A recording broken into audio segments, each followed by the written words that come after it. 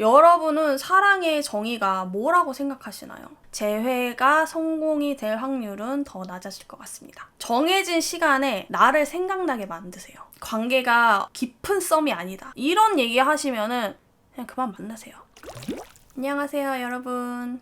오늘도 댓글 연애 고민 상담을 들고 찾아왔어요. 제가 최대한 DM도 그렇고 댓글도 그렇고 답변을 드리고는 있는데 물리적으로 힘든 경우도 있어서 주기적으로 이렇게 취합해서 영상으로 한번 가져와 보도록 하겠습니다. 또 꼭 연애 고민이나 MBTI 관련된 상담이 아니더라도 일상에서 궁금하셨던 점이나 평소에 가지고 계신 고민들도 댓글로 남겨주시면 제가 최대한 저의 살아온 경험을 토대로 답변을 드려보도록 할게요. 자, 그럼 바로 시작해볼게요.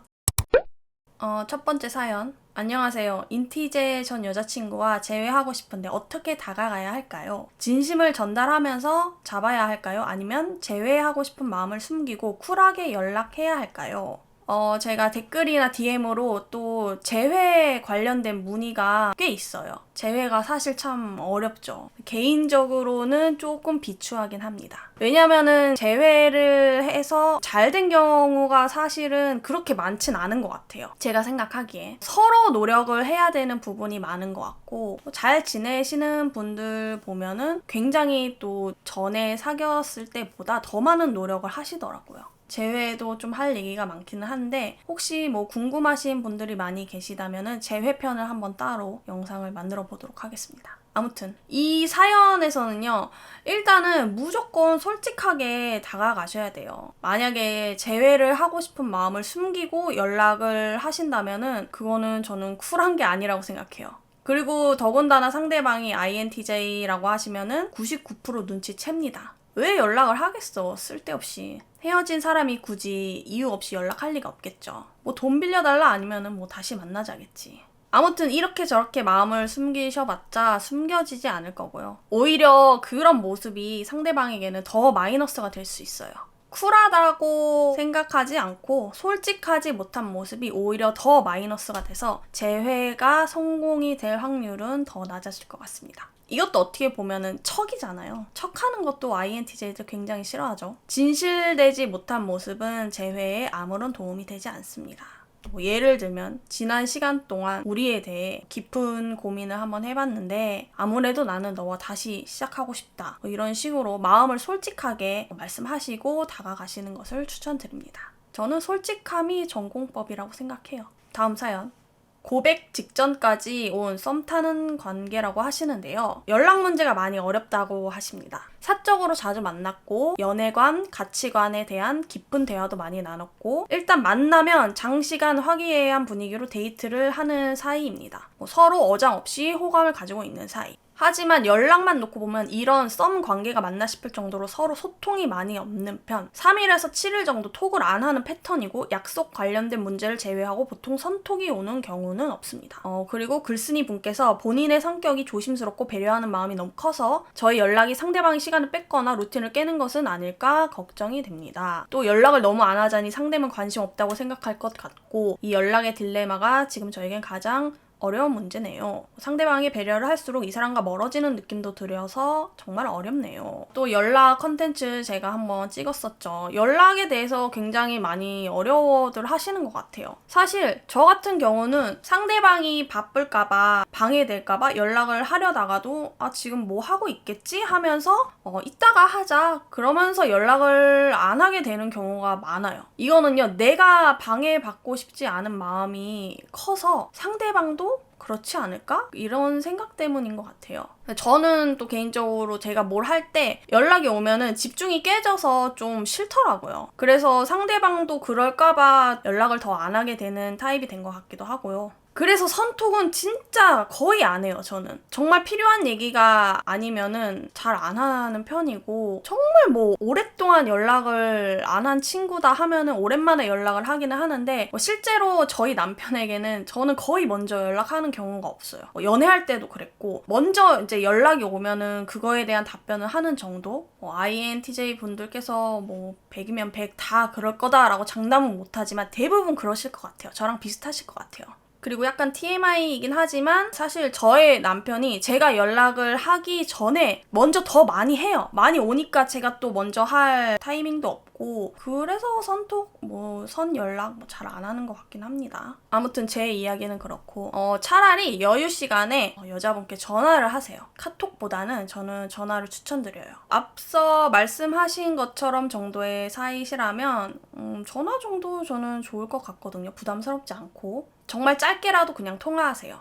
전화로 할 얘기가 없어요 하실 수도 있는데 처음에는 좀 어색할진 몰라도 그래도 카톡보다는 저는 목소리로 대화하는 게 더 기억에 남고 좋다고 생각하거든요. 그리고 또 몇 번 이렇게 전화하다 보면은 이야기가 잘 이어져요. 익숙해지면은. 그리고 일단 전화로 이렇게 오고 가고 대화를 하면은 메시지를 주고받는 시간 자체가 저는 좀 단축된다고 생각이 들거든요. 메시지보다는 전화가 더 빨리빨리 바로바로 이야기를 나눌 수 있으니까 더 좋다고 생각을 해요. 그리고 무엇보다도 목소리에서 또 상대방의 감정이 느껴지니까 더 대화하기 좋고 오해할 일도 없고 뭔가 해석할 일도 없고 저는 더 좋더라고요. 그리고 또 친밀감이 더 높아지는 것 같아요. 전화 통화를 하면 할수록. 그래서 이런 썸 관계이시면은 전화를 통해서 더 가까운 사이로 발전하실 수 있다고 저는 생각을 하거든요. 그러니까 부끄러워하지 마시고 전화하기. 그리고 제가 볼 때는 연락이 3일에서 7일 정도 텀이 있다고는 하시는데 그래도 꾸준히 하고 계시는 것 같기는 해요. 이제 연애를 시작하게 되신다면은 그 텀이 없어지겠죠. 저는 근데 개인적으로 썸 관계라고 해도 적어도 2, 3일에 한 번은 연락을 해야 되지 않나 생각을 하기는 해요. 매일 하면은 더 좋고 대신 하루에 적당히 너무 많이 말고 그냥 한두 번만 한 번만 해도 돼요. 하루에 한 번만. 근데 3일에서 7일 정도 텀은 만약에 바쁜 직업이시라면은 그럴 수 있다고 생각을 하고 관계가 깊은 썸이 아니다. 뭔가 얕은 썸이다. 그러면 3일에서 7일 정도 괜찮다고 생각을 하고요. 또 중요한 거는 꾸준히 하고 계신다는 게 저는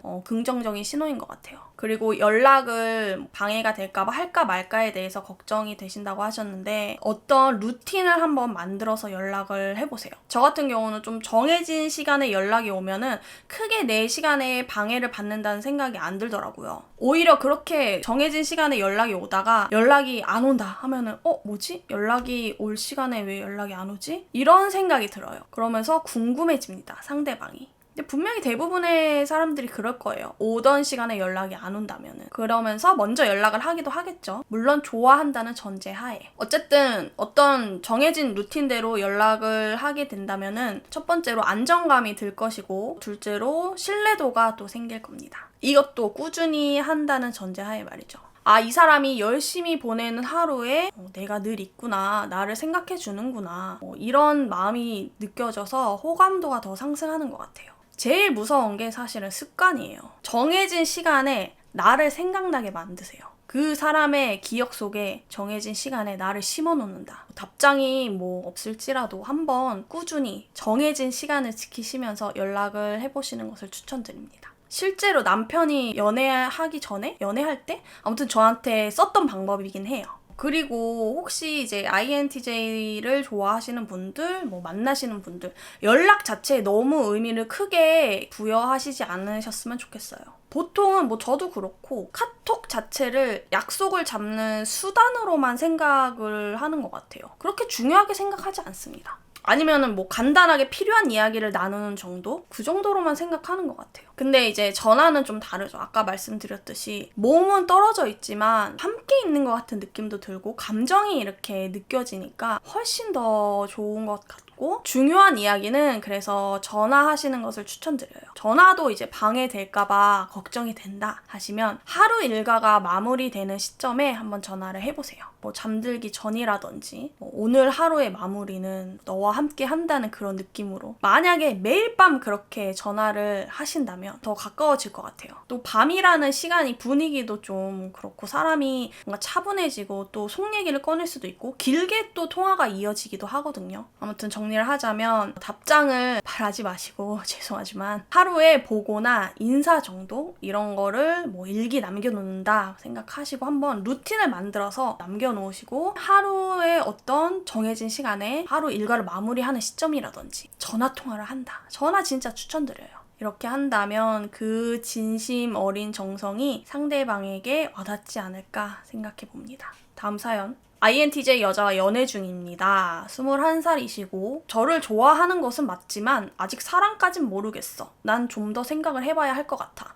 이 말은 무슨 뜻인가요? 날 많이 좋아하지 않는다를 돌려 말하는 걸까요? 데이트 많이 했습니다. 여러분은 사랑의 정의가 뭐라고 생각하시나요? 사연 주신 분께서는 사랑에 대한 정의가 뭐라고 생각하는지, 여자친구분과 한번 깊은 대화를 나눠보셨는지, 두 분 사이에 생각의 차이가 좀 있는 것 같아요. 예를 들면은 남자분께서는 뭐 사랑이란 함께 있으면은 즐거운 거, 뭐 좋은 거, 잘해주고 싶은 거 이렇게 생각을 하신다면, 가령 여자분께서는 사랑이란 뭐 목숨을 내놓을 정도의 뭐 희생 뭐 이렇게 생각하신다고 한번 가정해 볼게요. 남자는 너랑 함께 있는 것 자체가 너무 좋고 즐거워. 그래서 나는 이게 사랑이라고 생각해. 널 사랑해. 하지만 여자분께서는 나도 너랑 함께 있는 건 즐거워. 즐겁고 재밌는데 행복하지만 널 위해서 내 목숨까지 내놓고 싶진 않아. 그래서 이거는 내가 생각하는 사랑은 아니야. 이렇게 말씀하시는 걸 수도 있어요. 이렇게 서로 생각하는 사랑에 대한 정의가 달라서 오는 의견 차이일 수 있다. 그리고 사랑해와 좋아해가 같다고 생각하시나요? 많이 좋아한다고 해서 사랑하는 건가요? 저는 분명히 사랑해와 좋아해는 다르다고 생각하거든요.